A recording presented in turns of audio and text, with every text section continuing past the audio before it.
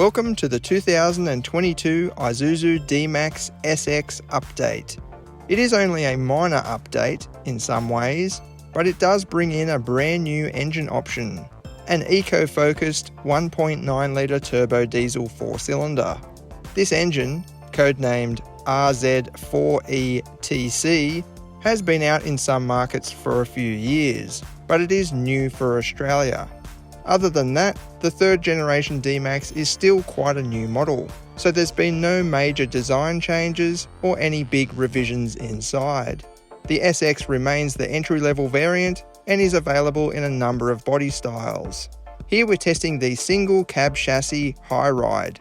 The High Ride is standard and offers a decent 235mm of ground clearance. Although it does not come with four-wheel drive, the High Ride pack does provide a level of ruggedness. You can easily drive up curbs and across rough terrain, for example, which makes it perfect for deliveries and farm work. Inside it is pretty basic and bare, but that's exactly what you want in this style of vehicle. The floor is vinyl, so it's easy to clean, and there are very few luxuries or bonus conveniences.